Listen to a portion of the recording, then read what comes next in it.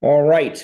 I think we are at the bewitching hour, everybody. And of course, you know that within the EOS world, we start on time and end on time. So I want to do that for all of you. I want to welcome everybody to the first workshop. We're going to be having these once a month, and I want them to be very interactive. I want you to be able to go back to these the slideshows and the presentations and use them moving forward to make yourself better at all of the tools.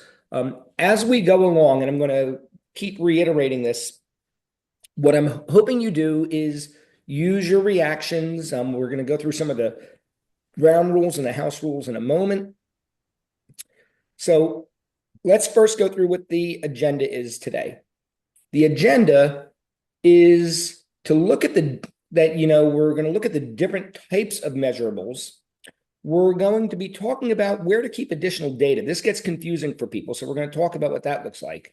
We're going to be spending the most of the time talking about the accountability chart and roles and using that to create measurables to determine whether we're winning or losing.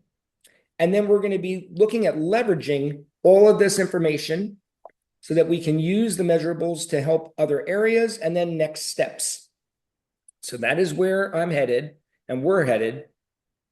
And so the format, there's going to be a few things happening. Number one, I'm going to be doing a lot of educating, but we're also going to be having breakouts and we're going to be interacting with each other. So we are doing the rooms. There was a lot of thought that went in my head of whether we would put people together in companies or go random. And there's arguments for both methods. We are going to do this time random, and for two purposes. One, and this is what it came down to, I want you all to be able to meet other people and hear, but also hear different perspectives. If we're all together in one company, we're not going to bring the different perspectives.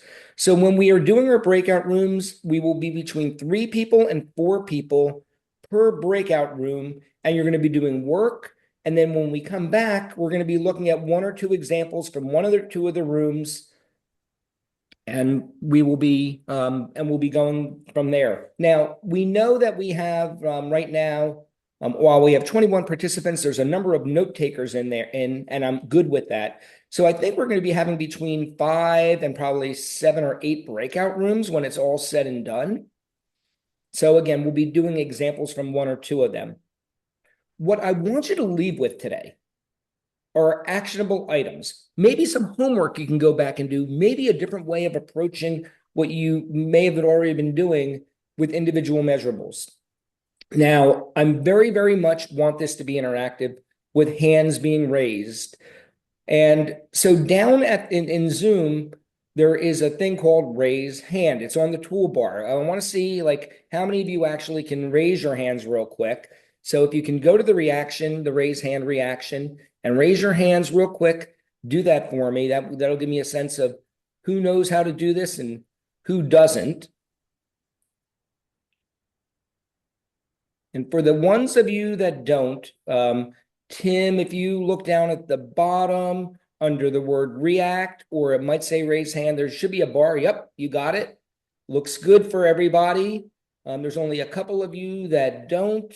If you get to the end of today's session and you didn't know how to do this and you plan on coming back, then I will be more than happy to get you. We'll probably get you a Loom video or something to do that. Okay, everybody can lower their hands now. Nice. Well done, everybody. Well done. Okay. So let's get right into it. So where we begin is this thing about measurables and scorecard. And there are these 2 words we use in the land of EOS. So these are words that are used not only in EOS, but they're used all the time in many different operating systems and KPIs and books. We need to make sure that we have the right definitions for these 2 things. And we're going to do that in a second. But know that when we are talking about individual measurables and we are talking about scorecard, we are actually in 2 different components within the EOS system. We are dealing with the people part. We'll see that in a little bit. And we're also dealing with data. They're both parts, both components are in play. So what about these two terms? The scorecard versus measurable. The scorecard, they are the activities. They are the leading indicators. It's what we do versus measurables. They are the outcomes. It's what we achieve. In essence, think we achieve the measurables through the scorecard.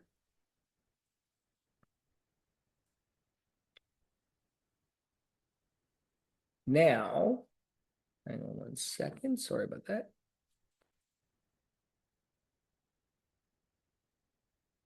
So let's just real quickly talk about the scorecard, because this is where people think the data should reside. And I can promise that, many companies that are running EOS, whether it's self-implemented or companies that I'm working with or working with another implementer, many companies don't really pass the acid test of a true great scorecard because it needs to be activity-based. Again, activities are what yield our outcomes. And we are going to be spending time on this aspect of data on February 9th, our second workshop. So Monday, February 9th at noon. So you'll hear more about that, and we'll talk about getting signed up for that. But in order to have that great scorecard, we must have measurables. It's where we start. We can't know the activities if we don't know where we're headed. So measurables are outcome-based. And in the world of EOS, we really have two kinds of measurables. We have company measurables, and we see them on the BTO. We see them appear in the 3-year picture. We see them appear in the 1-year plan. And we see them appear in rocks, and we see them in the same manner. It's the same labels, the same outcomes, the things that if we were on an island, that we would know that we were doing well. And they form, those measurables, those outcomes form our 90-day world. But then we see a different kind of measurable. And this is where we're going to be spending today on, which are the individual measurables. These measurables are by seat, and they're by seat based upon the accountability chart, the responsibilities on the chart, the 5 things that the seat is responsible for. I like to say that what these measurables tell us is if we're winning or whether we're losing, and not when we are winning or losing, but the individual, the person who is sitting in that seat. If the measurables are right, they know at all times whether they're winning or losing. And so this is where we're spending the bulk of our time today. We then get to all the other stuff. If we have 5 things that are measuring an individual, and then we have the company measurables, which are also 3 to 5, there's a whole bunch of other data that's critically important. Oh, and by the way, we also have the scorecard, which are activities, but they're not outcomes. Everybody asks, or should ask, where does all this other data go? And it can be by company data, department data, individual data, and it's comprised of financial, which could be income statement data or balance sheet data or current outcomes. This stuff goes into a separate place. And I have this finance cheat sheet. If you don't already have this, we'll be getting this over to you.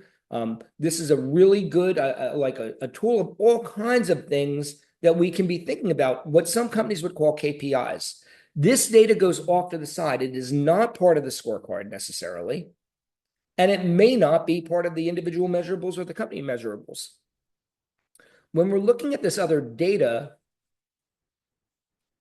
what we want to be thinking about is, where do we keep it?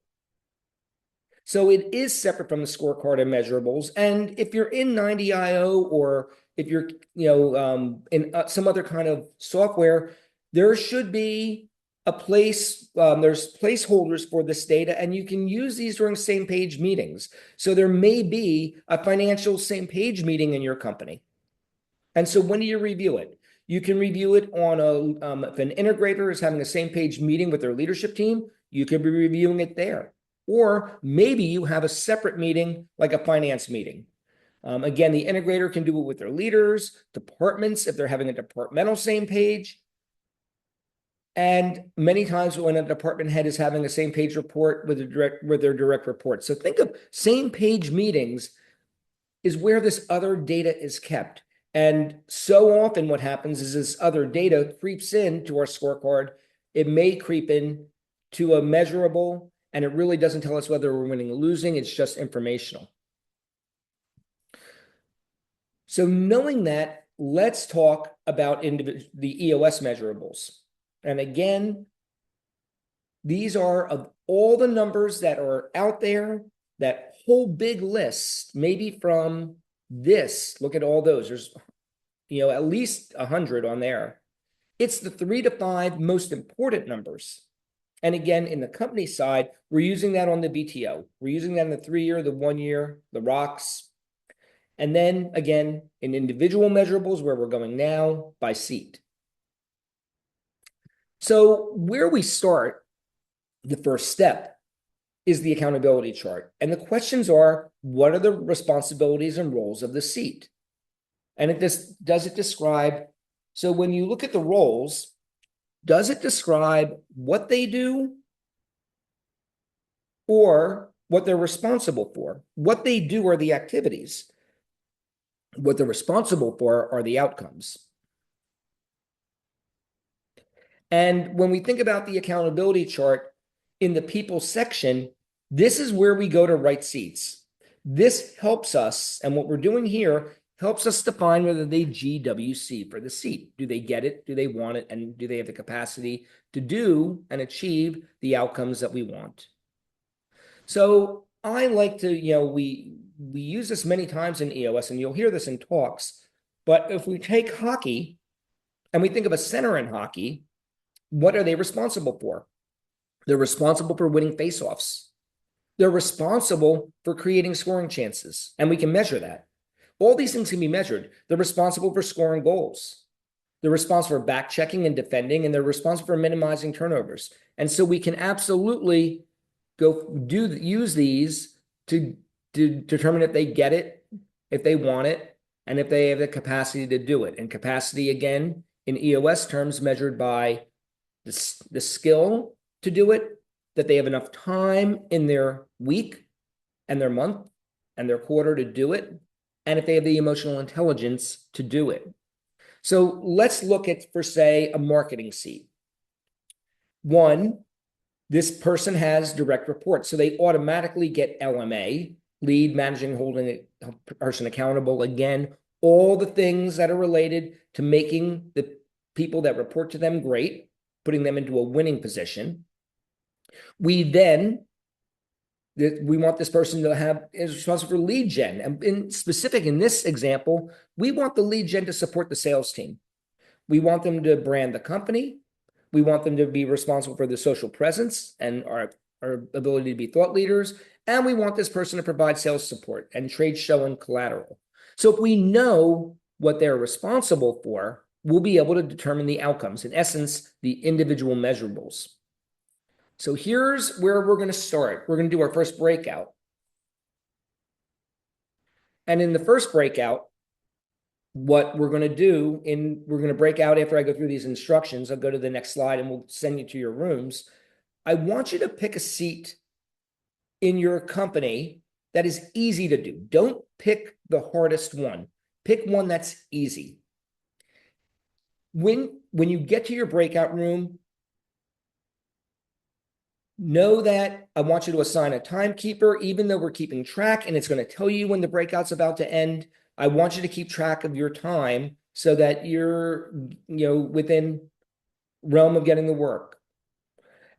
The breakout is going to be 5 minutes. I'm 99% sure that Manny has it set up for 5 minutes, and we will have you come back. Now, as a group, I want you to pick one person, and then I want you to find the seat that they're working on, and I want you in a group setting to figure out the 3 to 5 responsibilities for the seat. And I want you to do this by asking each other questions. Remember, these are the outcomes, not what they do. So if somebody says what they're doing, I want you to challenge each other. And if you have the PDF, hopefully it went. If it did go out, that's awesome. The one that I was showing before, use that. That will help look at outcomes, or you can think of outcomes. You can also think about the current outcomes that you're currently using. Is the person winning or losing? And then I want you to pick, I want the person that we picked in the group to potentially present. We will pick one or two examples to go back through, and we're going to talk it out. Now, if you get through one person and there's still time left, pick another person in your group. What I want, if you're not picked as the example, what I want you doing though is thinking about how you would do this when you start to go into all the seats within your company that you are responsible for. So, Manny, if you can send them to their rooms, that would be great. And when we will see you back in a little bit, about 5 minutes.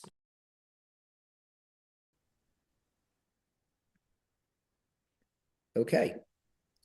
So, the question now becomes, what did you all find? I am going to go to room number 4. Adam, Amy, Daniel, and Ron. From your group, which person is representing you guys?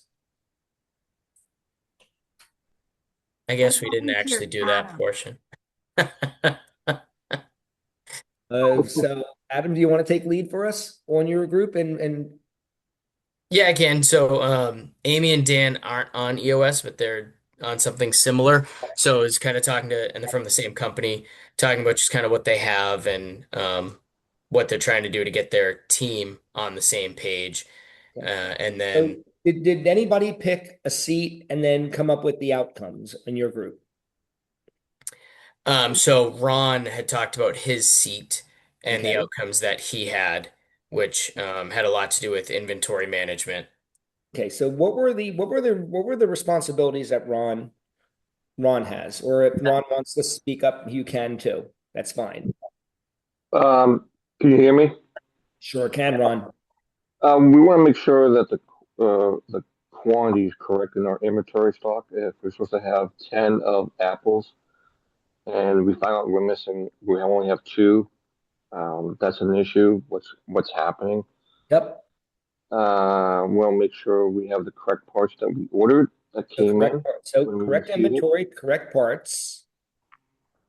Okay. Uh, Make sure that we are doing random quality checks on our parts.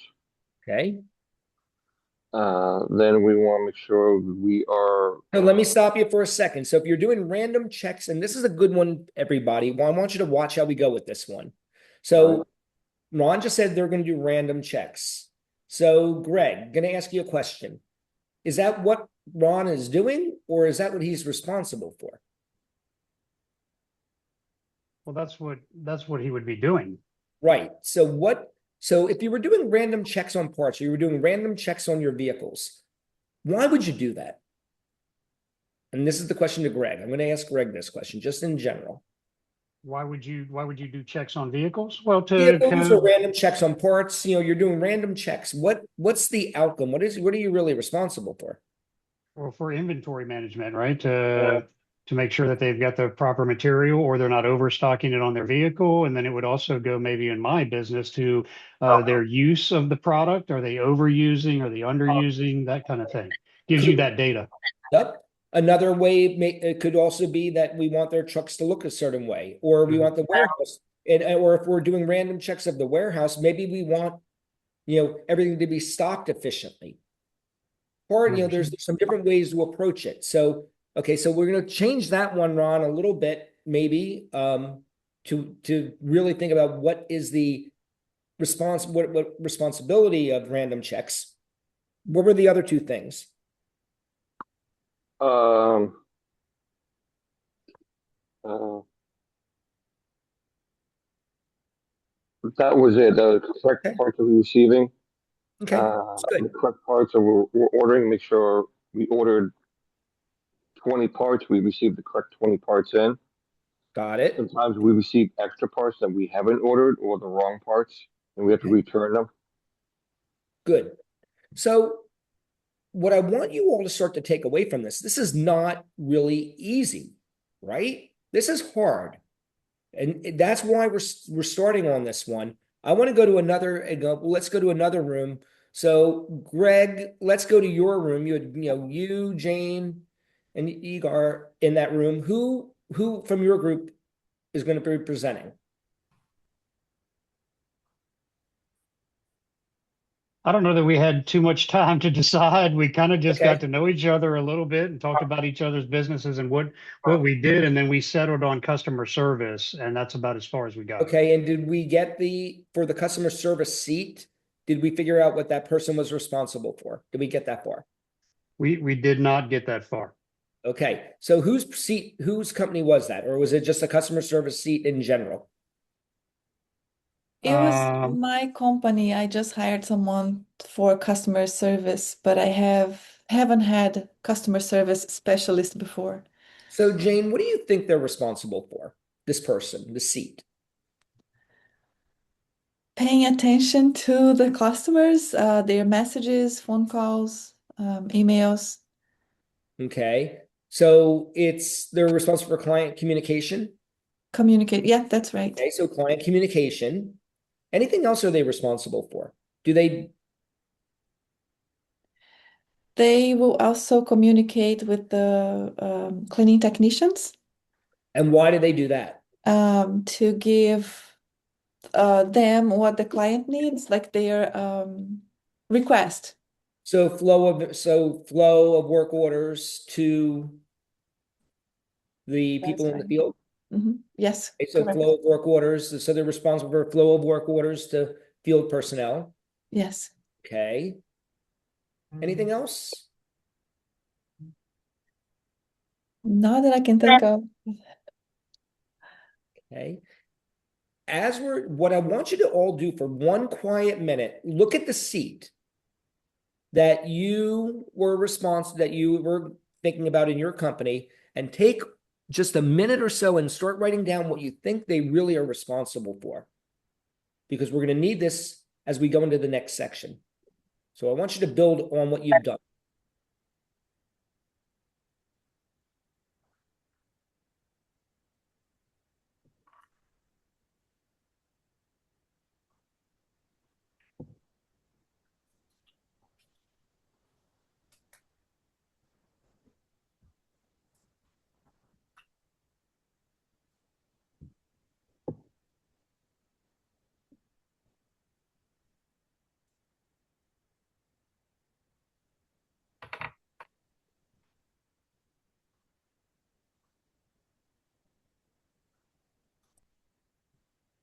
Another 30 seconds.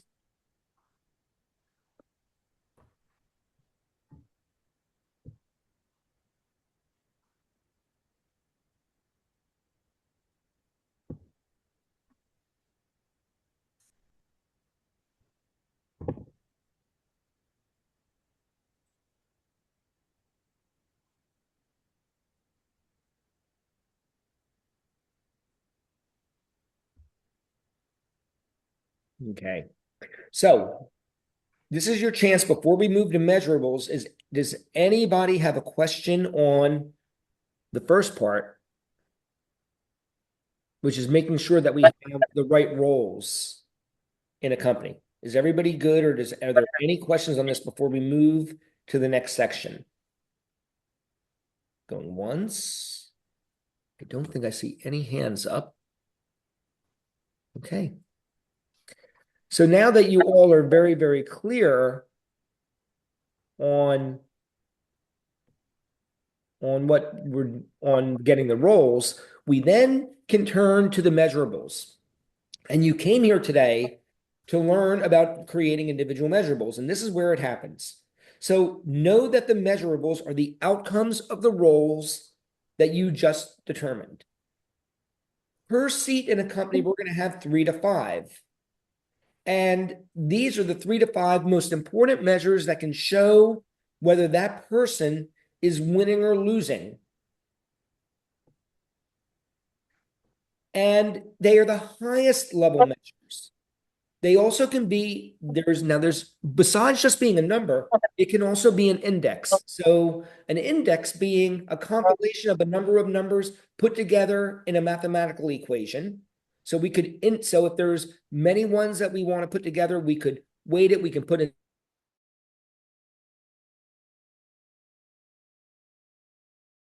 You're muted, Phil.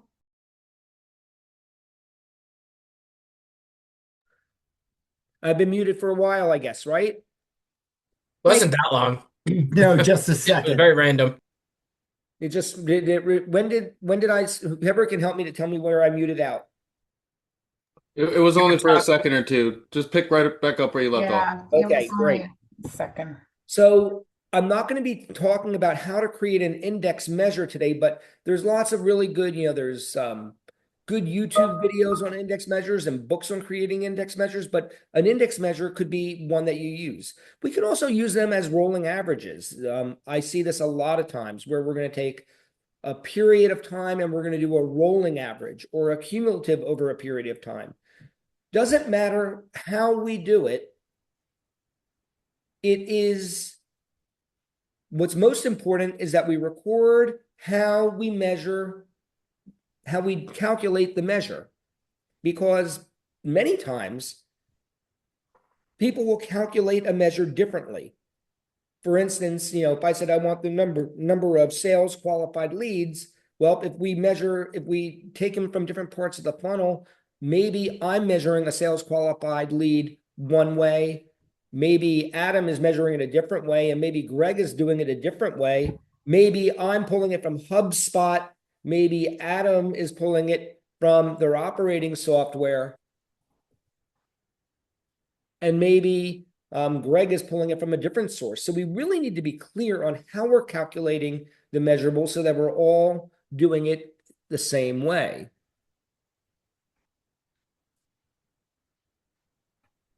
So now let's go back to the marketing example. We said that in this marketing example that, the person was responsible for LMA, leading and managing, holding and the accountability of their team, and lead gen to support the sales team, company branding, social presence, and sales support. So maybe these would be some examples of measurables. Maybe we could measure how well I'm doing with my direct reports through an employee net promoter score. There could be a Gallup poll that is done, which really goes into 20 different questions. That's another good tool. But we would want to find a measure that takes the subjectivity out of that and makes it objective.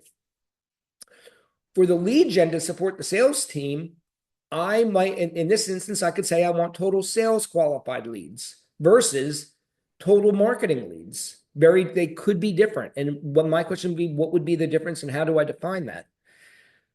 In my example, I'm also very, I want this person to not only bring in leads, but I want to make sure they're doing it in the right cost structure. So cost per lead is going to be very important to me in this seat because that's going to measure whether they're doing the leads effectively and they're doing it within budget. And then for social presence and branding, it's the impressions of the thought leadership.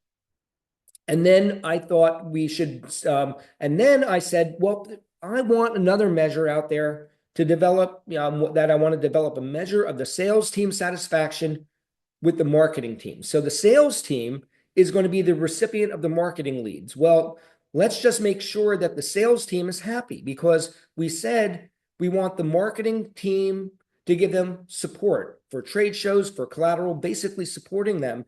And so in my mind, this is something we don't have in this company that we're creating, and that I'm saying that we would want to develop a measure of satisfaction of the salespeople of what they're receiving from the marketing person. Because if the marketing person, the marketing seat is delivering stuff to the sales team and the sales team is not happy, what's the point?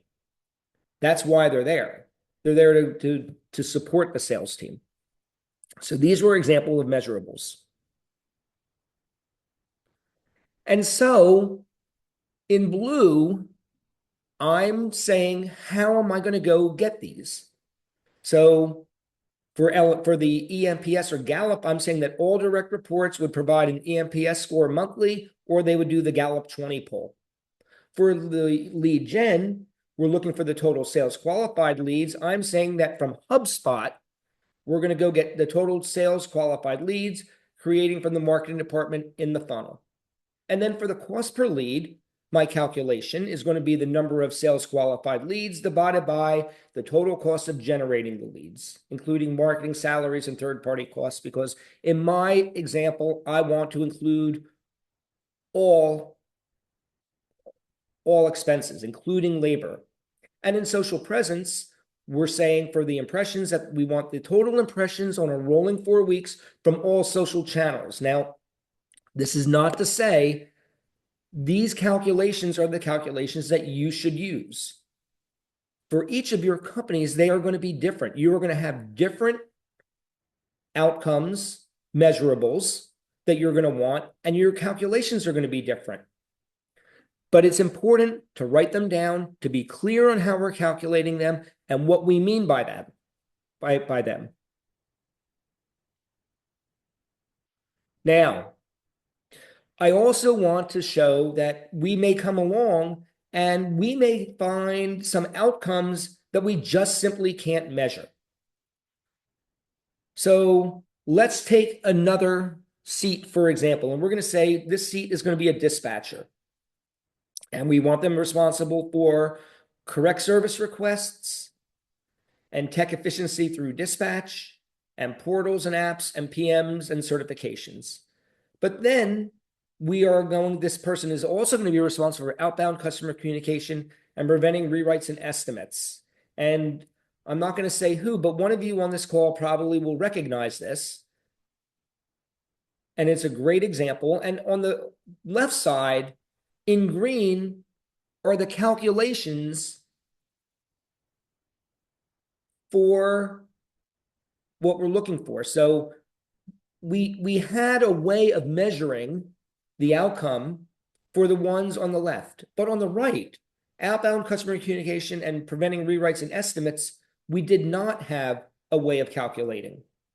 And we said, okay, so what could we do? We could get a tech feedback score on the dispatcher, and we're going to create that. And for rewrites and estimates, we could say we're going to have an overtime balance score. So what I want you to think about is if we have something on the accountability chart that we know what they're responsible for, and we identify that we don't know how to measure that yet, we can create a measure. And if we're going to be doing that and you're in the land of EOS, that could easily become a rock. Because if we're not gathering the data yet, we're going to need to have a method of gathering the data, of collecting the data, and reporting on the data. And so not all that we find very often when we are doing this process that we have gaps in our data. And that's okay. We want to be intentional about how we're approaching this. So when we're doing this exercise, what we're most likely going to come up with is a much broader list of numbers that we want the person to be responsible for, much more than 3 to 5. Sometimes I've seen it as high as 20 different items that, in the position, there's a lot of numbers that we want to track. There's lots of ways to tell whether the person's winning or losing.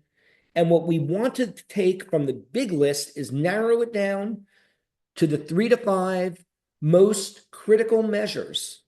So if we have one that leads to another measure, then we can eliminate some. So for example, let's say I'm talking about a salesperson. They're responsible. We're going to measure their appointments. We're going to measure their meetings. We're going to measure the proposals that they've given, maybe the number or the dollars. We want to measure their close rate, and we want to measure deals closed. And if you have salespeople, I'm sure this sounds familiar. And there's a lot of other stuff that we probably want to measure. Well, in appointments to meetings to proposals to close rate to deals closed, that's a funnel. Well, I'm going to decide that the most important one here is deals closed. Now, if their deals closed are off, if they're not closing enough deals, either in dollars or number, I can go back and look at all the other numbers. So when I'm doing a same page report with my salesperson, I'm looking at the number of appointments they're running and the number of meetings and the number of proposals and the close rate. But when I am looking at the individual measurable, the measurable I'm looking at is deals closed. It is the one number that I'm looking at. All the other things go to the additional data for the department or the additional data that I'm keeping when I do a same page meeting. And this is very important. What we don't want is 10 individual measurables, or when we get to the next session, the next workshop in February, we don't want a scorecard with 20 items or 30 items. We only want it down to 15. So we need to narrow down to the most important numbers that we have. Just before we leave individual measure, we're going to be doing another breakout in a moment, but I also want to give you the acid test of individual measurables as it relates to the Vision Traction Organizer, or the VTO. Remember, in the VTO measurables, they would be in this case, our 90-day world, and also the one-year plan. And the way I like to look at it is, if the individual measurables are done correctly and they are on track, then the company measurables should be achieved. Think about this, if you have all your seats in your company and you've got the right individual measurables, the measurables on your VTO, the 90-day measurables for that period, revenue, profit, and the 3 to 5 things that are most important for the company, if everybody on the team is winning, those numbers should get hit. And if they aren't, or they're not close, that would tell me that we picked the wrong individual measurables. It's a great acid test. So we then will, in the next class, next workshop, match the activities that achieve the measurables. So that's where we go into the workshop on creating a great scorecard. February is about taking these measurables, which we're about to work on, and turning them into the activities, the rinse and repeat stuff that we do to yield the outcome. Any questions on this up to this point? I want to make sure that everybody's solid before we go to breakout. Okay. So now, here are your instructions. I want to know, this is about measuring winning in the roles. So again, I'm going to go slowly here. When we go to the breakout, I'm going to make this breakout just a little bit longer. I'm going to give you 7 minutes. Manny, if you can adjust the time to 7 minutes, I'd appreciate it. I want you to pick one person in the breakout room. I want you to go back and have them tell you the person that you pick should have the roles for the seat.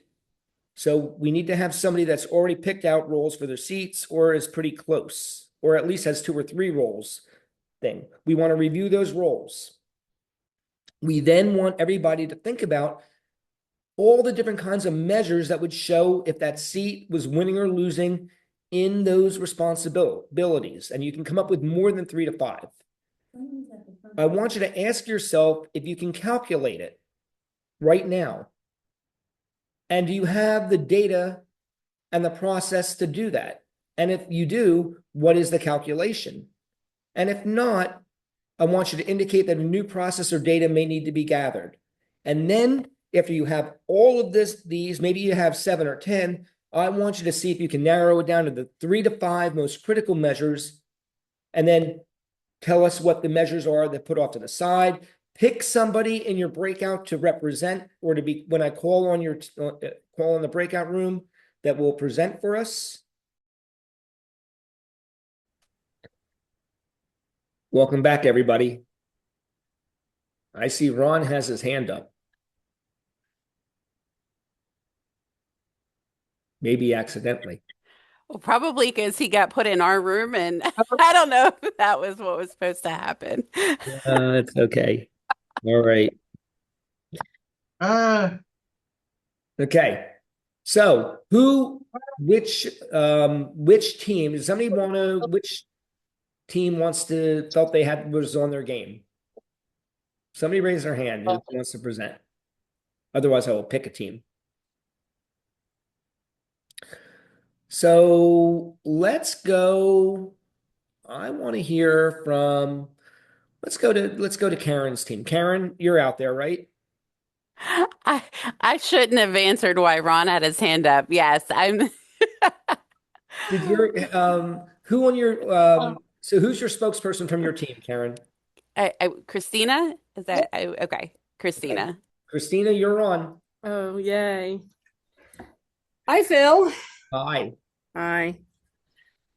All right. So what do you want to know, Phil? So I want you to tell me, so before we start, what I want in a moment, I'm going to have you describe the seat and the roles and then Mm-hmm. what individual measurables you have now. But everybody else, here's what I want you to be thinking about as Christina is presenting. One, are the 3 to 5 things that they picked, are they broad enough? Maybe could there be a higher measure?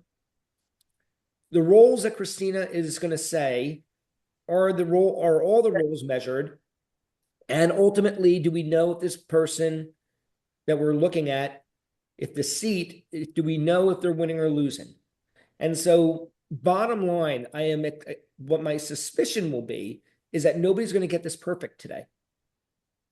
And so, this is hard work. I want you to know that the reason that we usually fall short on this, like we get alligator arms, is because we don't work this hard enough. And it needs to be worked hard enough because knowing whether a seat is winning or losing is everything.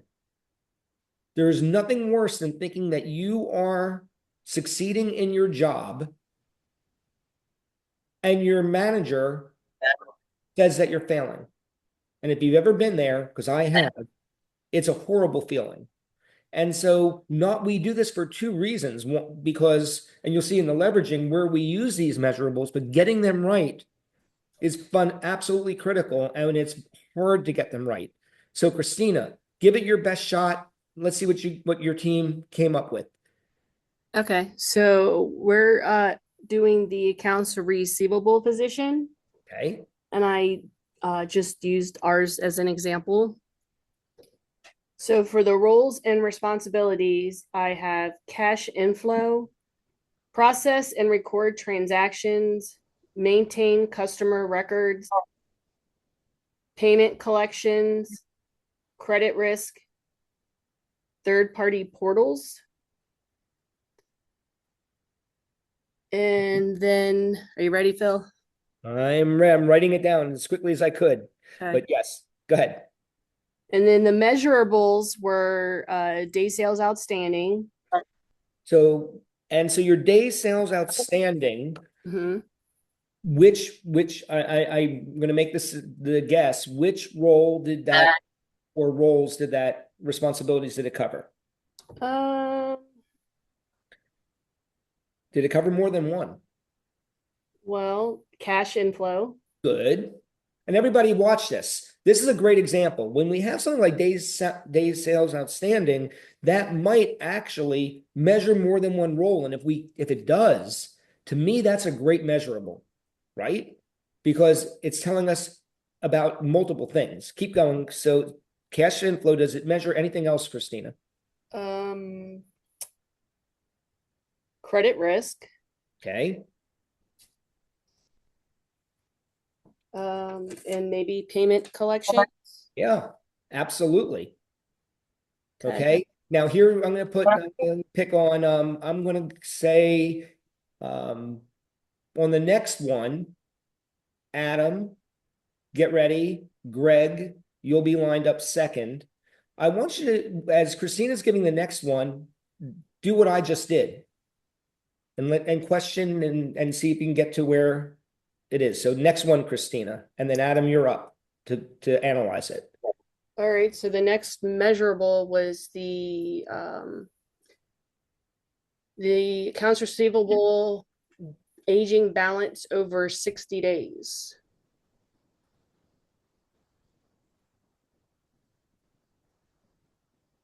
So Adam, what questions might you have here?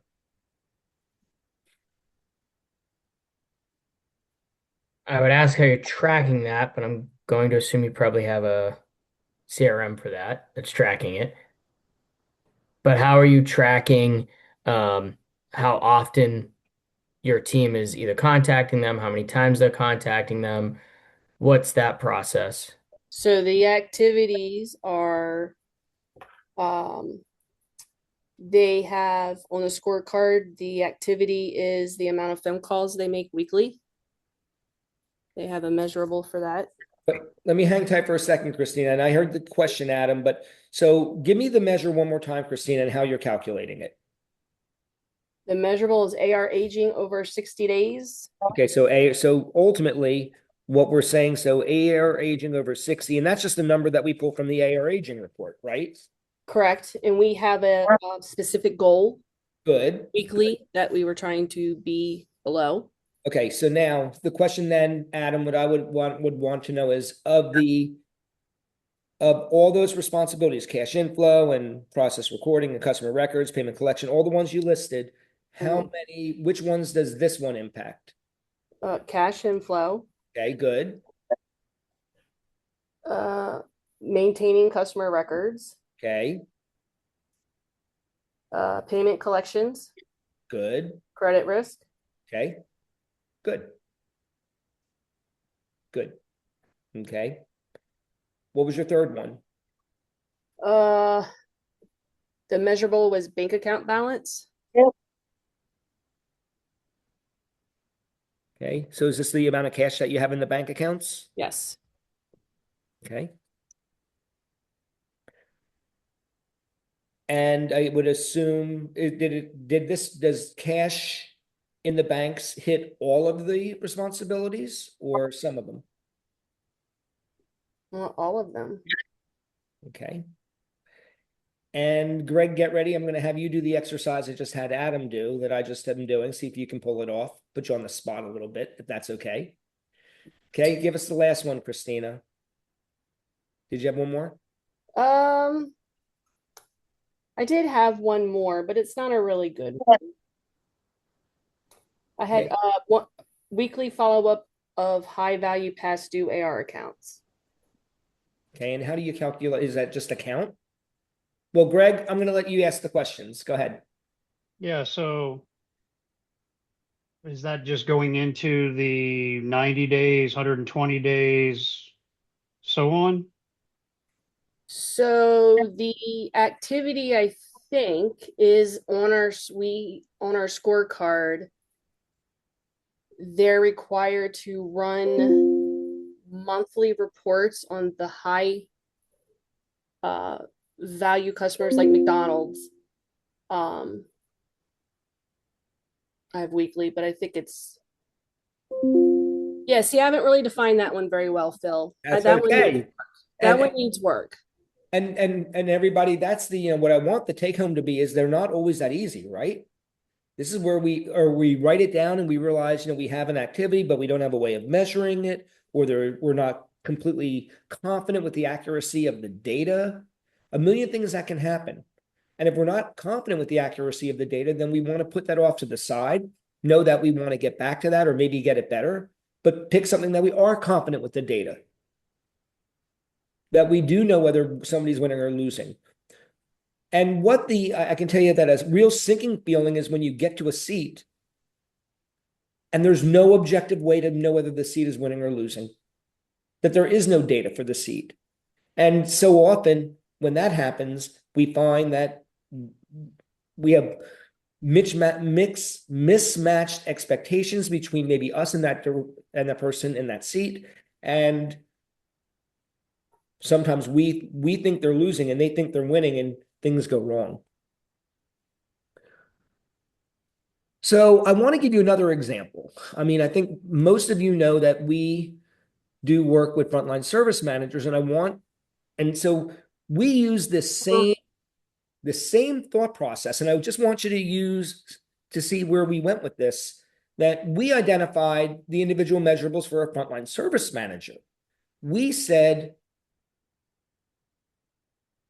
and once we identified the individual measurables, we were able to develop the competence in the education and the coaching that made it easier for the entry-level position. But the 5 measurables that we said were important were team productivity, and we measured it by a thing called effective dollar per hour, which is a very, very specific calculation. We said we were responsible for team happiness, that their team employee net promoter score needed to be going up and needed to be measured, that we wanted to measure team customer happiness, and we would do that through NPS. We also wanted to measure winning or losing by the number of employee referrals that came in or number of people that were referred per year and the gross profit or gross margin of the team. And then because we have the right measurables, we then could develop the right competencies that we need to build on from that person. So again, just giving you some more examples. And hang on, I want to move to the next slide. Bear with me 1 second.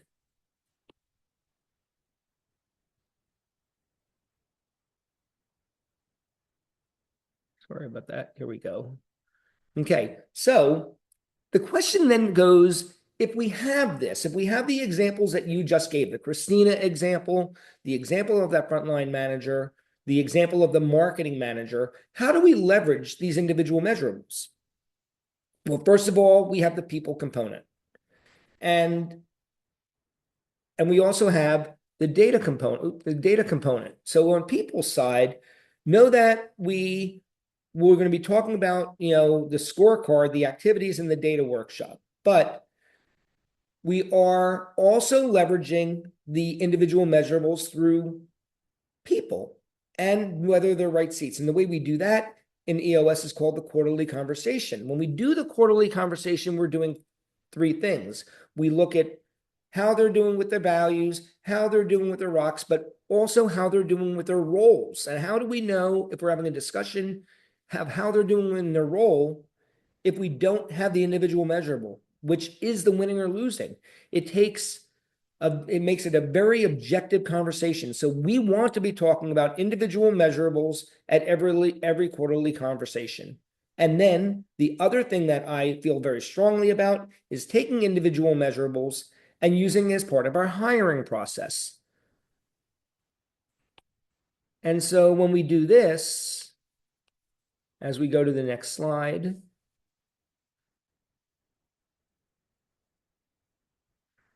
I love this book, and if you've been around me, you probably have heard me speak about it. But Who Hiring by Jeff Smart and Randy Street. If what I'm about to say resonates, I encourage you to pick up this book. But when we take the individual measurables, if you go to chapter 2, Street and Smart talk about creating a scorecard or a blueprint for success, and they use the word scorecard. What I want you to be careful of is that their definition of a scorecard is my definition or our definition EOS of individual measurables. It's not. So don't get confused by the words, but what you do want to pay attention to is how they take the individual measurables and then they create a behavioral interview guide based on the outcomes you desire. So if you know what winning or losing looks like for a seat, and you know the competencies that they need to possess to achieve those measurables, you can interview to that. It makes the interviewing process very, very, very objective so that we are hiring the right people, the values, and we ultimately are filling them with the right seat, that they get it, they want it, and have the capacity. And because we have the individual measurables, we now can GWC the person that we're hiring. So what I want you to do as you leave today is I want you to do the easiest seats first. Don't pick the seat that is the hardest. Pick the ones that are easy. Pick the ones that you have data for, that you can do the measures for. Because if you get some wins under your belt, it's going to be a lot easier. Review the roles for the seat, just like we did on the first breakout. And then find at least one high-level measurable for each role. Or you could be like Christina and pick some really great measures that hit more than one role. And she did an amazing job with that, by the way. Really, really well done, Christina. Nicely done. Then when you list all the measures, maybe you've got 10 or 15 for that seat, pick the 3 to 5 most important ones to determine if that seat is winning or losing, and these become your individual measurables, and the remainder can become other measurables that you maintain in other data and you use in same page meetings. So I'm going to stop for just a second. So as we always do in EOS, I would like you to rate this. So what I want you to do real quickly, everybody, if you can go real quickly into chat and put in a rating of 1 to 10, 1 that this was like the biggest waste of your time ever, 10 being that this makes sense, that you can actually go and do something with this later today or tomorrow. And if there's things that you think that we can do to improve going into February, you can let me know, or you can reach out to me one-on-one. And as you're doing that, let me leave you. I'm going to give you back 5 minutes of your day, but the next workshop is going to be on, and what we're going to do there is take the work product and then turn it into a great scorecard. And so if you're attending that, I want you to, between now and then, to start thinking about what are the things that the seat does, what is the rinse and repeat, what's the day-to-day look like to achieve the outcome, and you'll be better prepared for the next session. And I'm going to stick around for a few extra minutes after we conclude. You are free to roam the country, and if you want to chat, I'll be here for a few more minutes. Awesome work. Thank you, guys.